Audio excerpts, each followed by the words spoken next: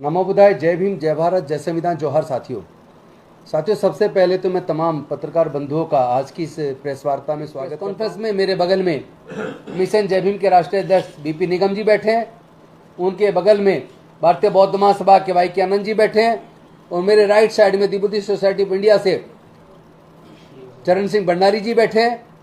मैं चाहूँगा कि वो भी इन मुद्दों पर, और मेरे बगल में इधर हमारे पूर्व जज मनोज कुमार जी वो भी बैठे हैं, मैं चाहूँगा कि, और इधर हमारे मौर्य जी, आशीष बरुआ जी जो ऑल इंडिया बुद्धिस्ट फोरम से शुरू से आंदोलन से जुड़े रहे, दिल्ली प्रदेश के अध्यक्ष हैं, और इधर ईश्वर सिंह जी जो जनरल सेक्रेटरी हैं, और हमारे Maurya ji the Buddhist Society of India से। आज हम इसलिए मिले हैं, जैसा कि आप जानते हैं कि 12 फरवरी 2025 से बौद्ध गया के अंदर महाबोधि महाविहार की मुक्ति का आंदोलन चल रहा था, और उस आंदोलन को कुचलने के लिए गया के डीएम ने, बिहार की सरकार ने नाना प्रकार के हथकंडे अपनाए, और इस हद तक हथकंडे अपनाए कि बुद्ध पूर्णिमा वाले दिन 12 मई 2025 को बिहार के राज्यपाल आरिफ मोहम्मद खान महाबोधि महाविहार मंदिर आए, और वहां पर उनके साथ बीटीएमसी के तमाम मेंबर्स, गया के डीएम, कमिश्नर, पुलिस अधिकारी, सब लोग मौजूद थे। और वहां बौद्ध मंदिर के अंदर उस महाबोधि महाविहार में जहां तथागत बुद्ध को संबोधि प्राप्त हुई थी, वो महाबोधि महाविहार जो बौद्ध गया में स्थित है, जिस स्थल से दुनिया के तमाम बौद्धों की आस्था जुड़ी है, उस जगह पर बौद्ध मंदिर के अंदर बुद्ध की प्रतिमा की तरफ पीट करके बिहार के राज्यपाल ने ब्राह्मणों के द्वारा मंत्रोच्चार से, जो कभी पहले बुद्ध का छोटा स्तूप होता था और उसके ऊपर बुद्ध की उकरी हुई एक प्रतिमा बनी हुई थी शिला के अंदर,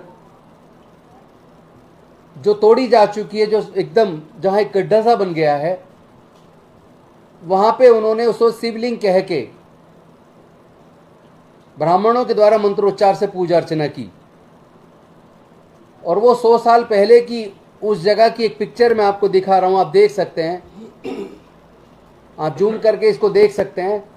ये 100 साल पुरानी पिक्चर तब की है जब नेपाल का राज परिवार महाबोधि महाविहार में दर्शन के लिए आया था, तथागत बुद्ध के दर्शन के लिए। इसमें बुद्ध की प्रतिमा के सामने ये छोटा स्तूप है, और इस पे भी बुद्ध की शिला के अंदर प्रतिमा उकरी हुई है। ये स्तूप तोड़ा जा चुका है, अब बिल्कुल फर्श से मिला हुआ है।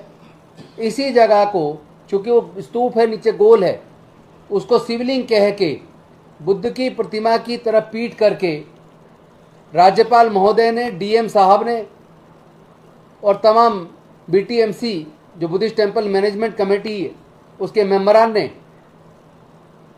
पूजा अर्चना की। ये राज्यपाल साहब का कृत्य, ये बीटीएमसी के मेंबर्स का कृत्य, ये डीएम साहब का और कमिश्नर साहब का कृत्य बेसिकली बौद्धों की आस्था को ठेस पहुंचाने वाला है।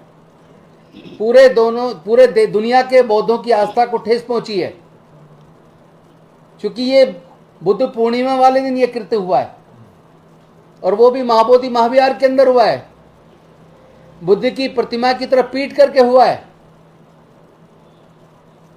क्या इस तरीके से बिहार का शासन, बिहार के राज्यपाल, गया के डीएम, वो लोग मिलके न केवल बौद्धों की आस्था के ऊपर उन्होंने हमला किया, बल्कि बौद्धों को भड़काने का काम किया? क्या राज्यपाल महोदय और बीटीएमसी के मेंबर्स और डीएम, ये तमाम लोग मिलके क्या दो संप्रदायों के बीच, दो धर्मों के मानने वाले लोगों के बीच दंगे फैलाना चाहते थे? क्या वो उनको उकसाना चाहते थे? मैं पूछना चाहता हूं राज्यपाल महोदय से, क्या अयोध्या स्थित राम मंदिर के अंदर वो इस तरह नमाज पढ़ सकते हैं जाके? हिम्मत है उनकी? या किसी गुरुद्वारे के अंदर जाके इस तरह नमाज पढ़ सकते हैं क्या? अगर ऐसा नहीं करते तो बौद्धों की आस्था के केंद्र महाबोधि महाविहार के अंदर उन्होंने ब्राह्मणों के द्वारा बुद्ध के उस स्तूप को शिवलिंग बताकर उसकी पूजा अर्चना क्यों की? इस तरीके से दुनिया के बौद्धों का अपमान उन्होंने क्यों किया? दो धर्मों के बीच वैमनस्य फैलाने का कृत्य उन्होंने क्यों किया? क्या वो दंगे कराना चाहते थे? इसका जवाब राज्यपाल साहब को देना चाहिए। और अगर राज्यपाल साहब को इसकी जानकारी नहीं थी तो गया के डीएम को तो थी, वहां के कमिश्नर को तो थी, बुद्धिस्ट टेंपल मैनेजमेंट कमेटी के मेंबर्स को तो थी। इसका जवाब सरकार को देना चाहिए और गया के डीएम को तुरंत बर्खास्त किया जाना चाहिए। और उन्होंने केवल इतना नहीं किया, बिहार के शासन ने बुद्ध पूर्णिमा से अगले दिन 13 तारीख को आरएसएस के कुछ गुंडे महाबोधि महाविहार के अंदर गए और वहां जाकर उन्होंने जय श्री राम के नारे लगाए। सब लोग जानते हैं कि पूरे दुनिया के बौद्धों का आस्था का केंद्र महाबोधि महाविहार है। वहां पूरे दुनिया से लोग आते हैं, बुद्ध को मानने वाले लोग आस्था बसाते हैं। और वहां जो गुंडे जय श्री राम का नारा लगा रहे थे, मैं पूछना चाहता हूं बिहार के प्रशासन से, उनको अंदर किसने घुसने दिया? अंदर वो जय श्री राम का नारा क्यों लगा रहे थे? क्या वो बौद्धों को उकसाना चाहते थे? और जब उसके जवाब में जो अलग अलग राज्य से बौद्ध प्रतिनिधि आए हुए थे, उपासक आए हुए थे, जब उन्होंने उसका विरोध किया और उन्होंने जय भीम बोला, नमो बुद्धाय बोला, तो उनके ऊपर हमला बोल दिया। यहां तक कि एक भिक्षुणी की पिटाई की, एक महाराष्ट्र की महिला की पिटाई की। जब इस बारे में जानकारी बनते विनाचार्य जी को मिली तो वह उनको बचाने के लिए गए, तो उल्टा पुलिस ने अंदर जय श्री राम का नारा लगाकर दंगे करने वाले लोगों को गिरफ्तार करके उनके खिलाफ कार्रवाई करने की बजाय उन लोगों ने उल्टा भंते विनाचार्य जी को 13 तारीख की आधी रात को गिरफ्तार कर लिया और जेल भेज दिया। और आज तक भी उनकी जमानत नहीं हुई है। तो इन दोनों कृत्य के खिलाफ पूरा बौद्ध समाज, पूरे देश का बौद्ध समाज बेहद दुखी है, गुस्से में है। हमने सबसे रिक्वेस्ट की है कि आप बुद्ध को मानने वाले हैं, शांति से काम लीजिए। ये हमें भड़काना चाहते हैं, उकसाना चाहते हैं, ये लोग दंगा कराना चाहते हैं, लेकिन हम किसी भी कीमत पे इनके भड़कावे में आकर दंगा नहीं करेंगे। हम शांति के मार्ग पर चलकर संवैधानिक तरीके से अपना विरोध दर्ज कराएंगे और बेहद मजबूती से कराएंगे। सरकार अगर कोई कार्रवाई नहीं करती है, उसके बाद अगला कदम क्या होगा वो हम लोग डिसाइड करेंगे। लेकिन आने वाली 5 जून को सुबह 10:30 बजे जंतर मंतर पर All India Buddhist Forum, Mission Jai Bhim, the Buddhist Society of India, Bharatiya Bauddh महासभा, समता सैनिक दल, भीम आर्मी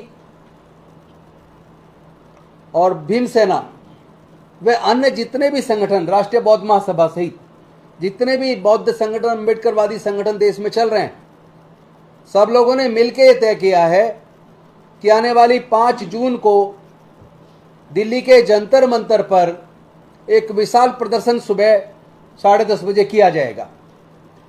और यह सब 13 मई को बौद्ध गया के अंदर सिक्किम हाउस में जो पूरे देश के आए हुए प्रतिनिधियों के बीच में यह तय हुआ था। तो उसी डिसीजन के तहत हम लोग 5 तारीख को जंतर मंतर पर सुबह 10:30 बजे शांतिपूर्वक तरीके से, संवैधानिक तरीके से एक जबरदस्त प्रदर्शन करेंगे।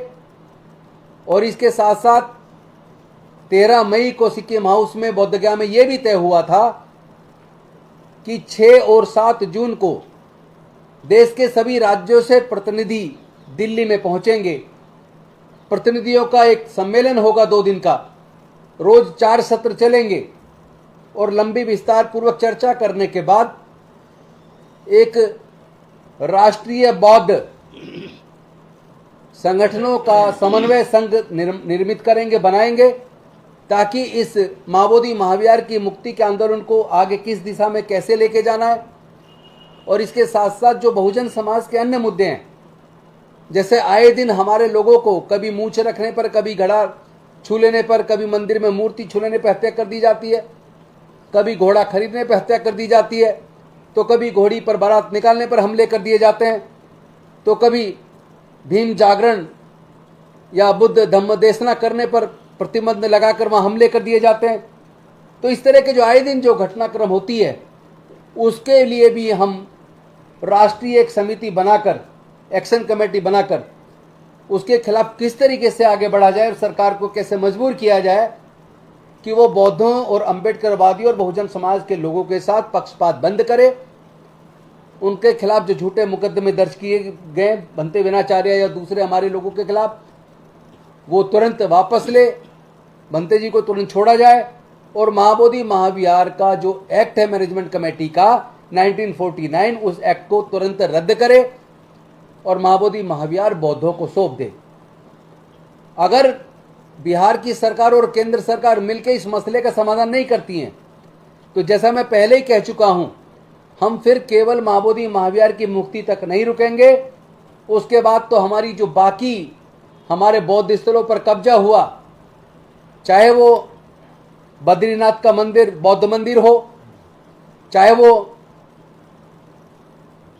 पुरी जगन्नाथपुरी का बौद्ध मंदिर हो, चाहे वो तिरुपति बालाजी का बौद्ध मंदिर हो, या सोमनाथ मंदिर जिसके नीचे आर्कियोलॉजिकल सर्वे ऑफ इंडिया ने उस वक्त खुदाई की थी जब नरेंद्र मोदी जी मुख्यमंत्री हुआ करते थे, और उसके नीचे बुद्ध का मंदिर, बुद्ध गुफाएं निकल आई और उसको रोक दिया गया। तो इस तरह के तमाम अवशेष ये बताते हैं कि 500 साल से पुराने जितने भी अवशेष भारत में खुदाई में निकले हैं, तमाम अवशेष केवल बुद्ध के निकले हैं, और बुद्ध के स्तूपों को तोड़कर, बुद्ध विहारों को तोड़कर, कब्जा कर उनको मंदिरों में तब्दील किया गया है। फिर हम उन सब की भी मुक्ति का आवाज बुलंद करेंगे, इस लड़ाई को लड़ेंगे।